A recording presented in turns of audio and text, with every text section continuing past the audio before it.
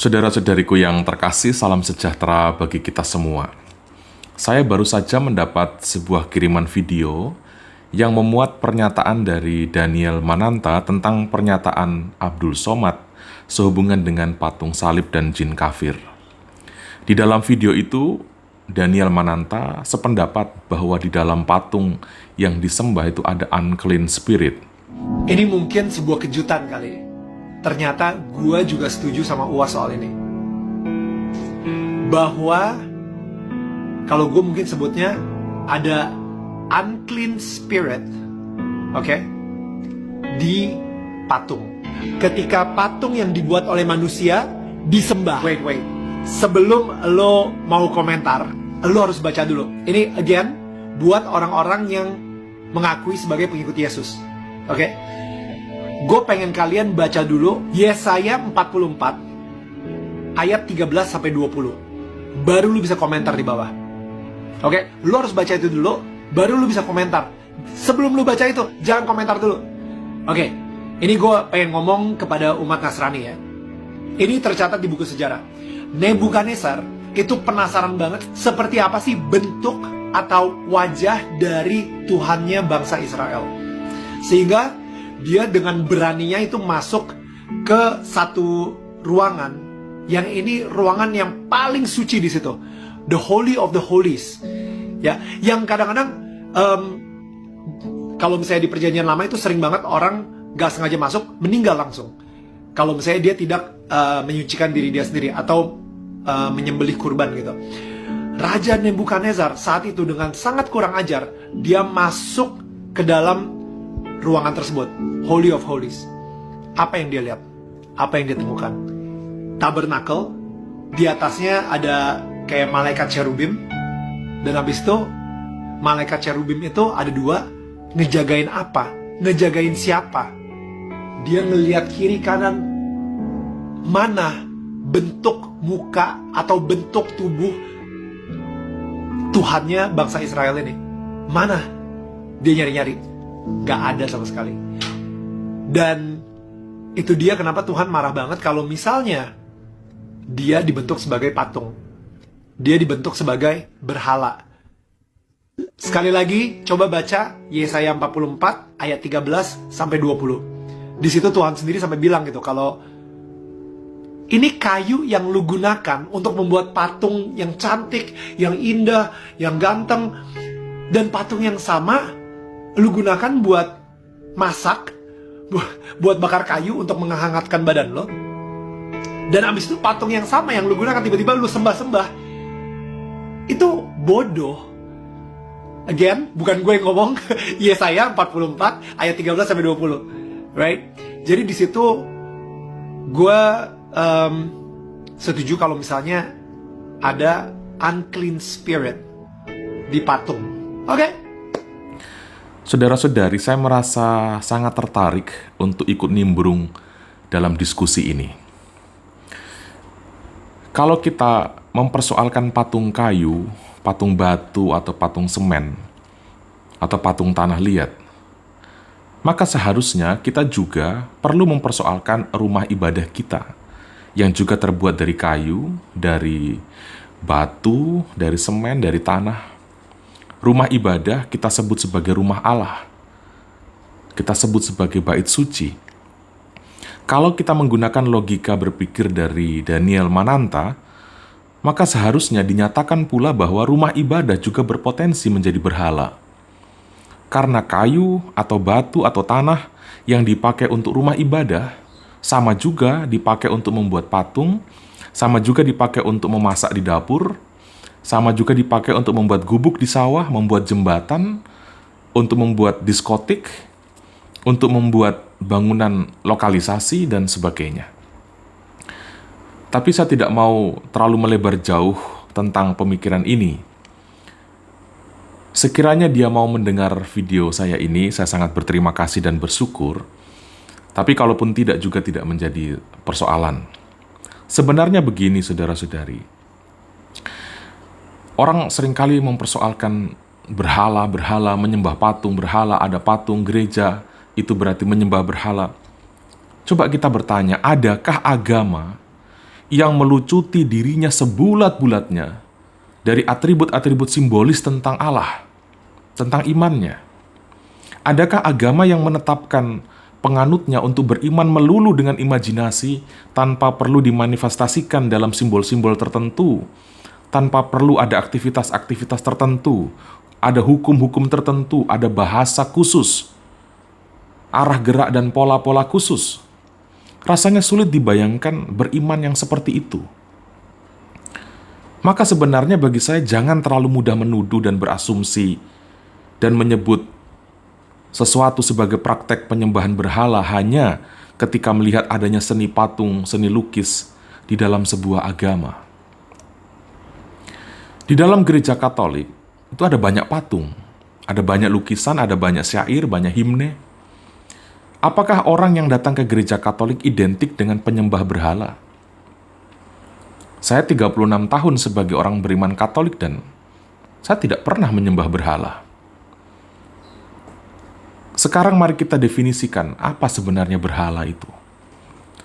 Jika didefinisikan, kita akan berkata berhala itu berarti mentuhankan yang bukan Tuhan.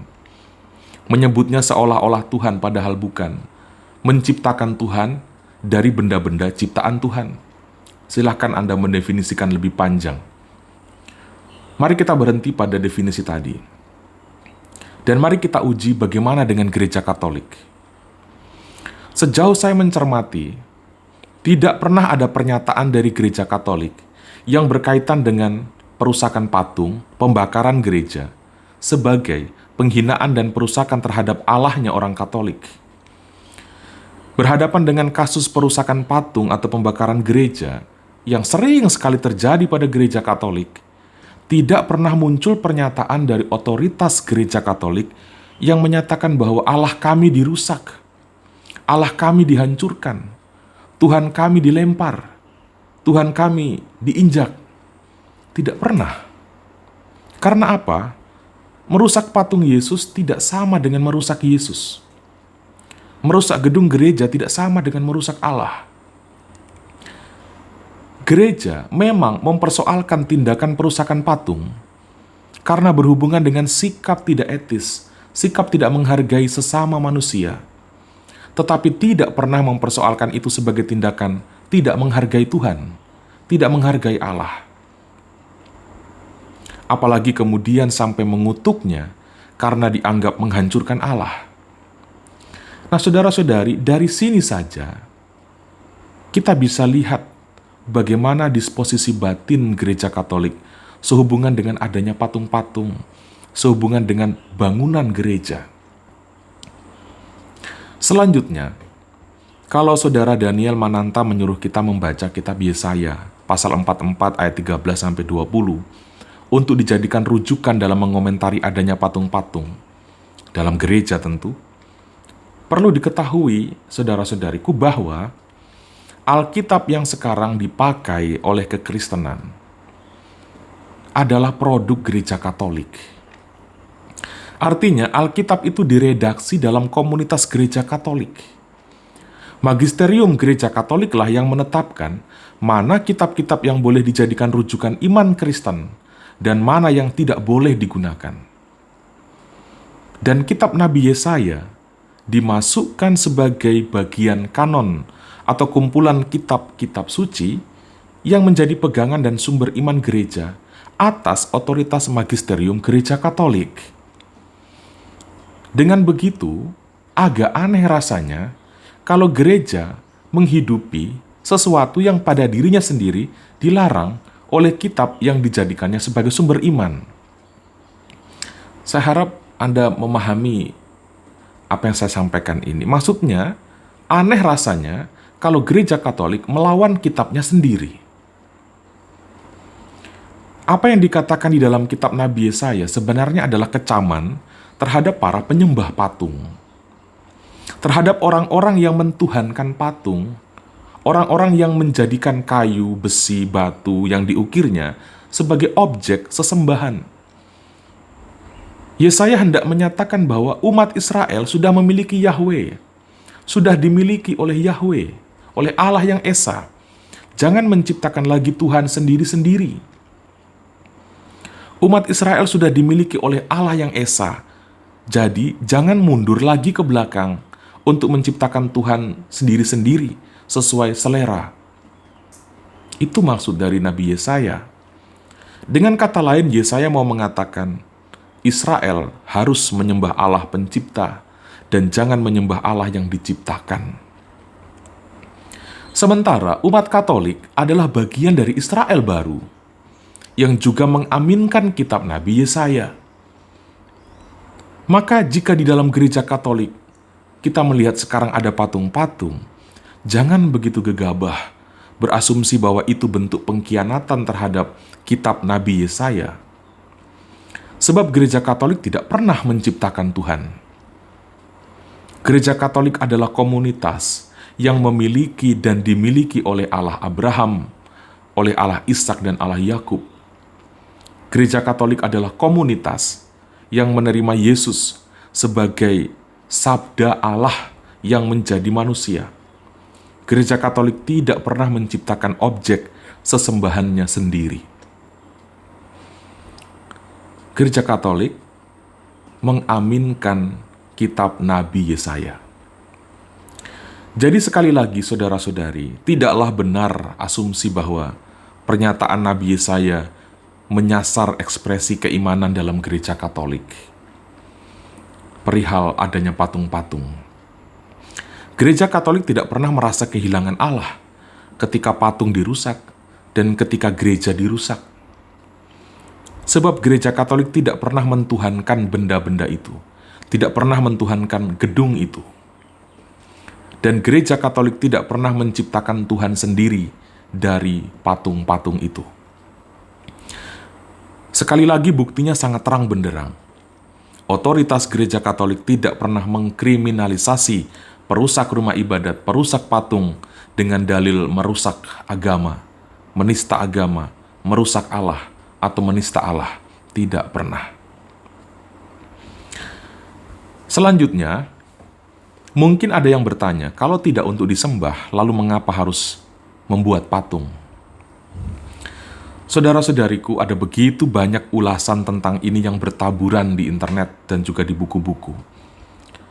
Untuk Anda yang malas membaca, malas mencari tahu, jangan gegabah untuk membuat kesimpulan.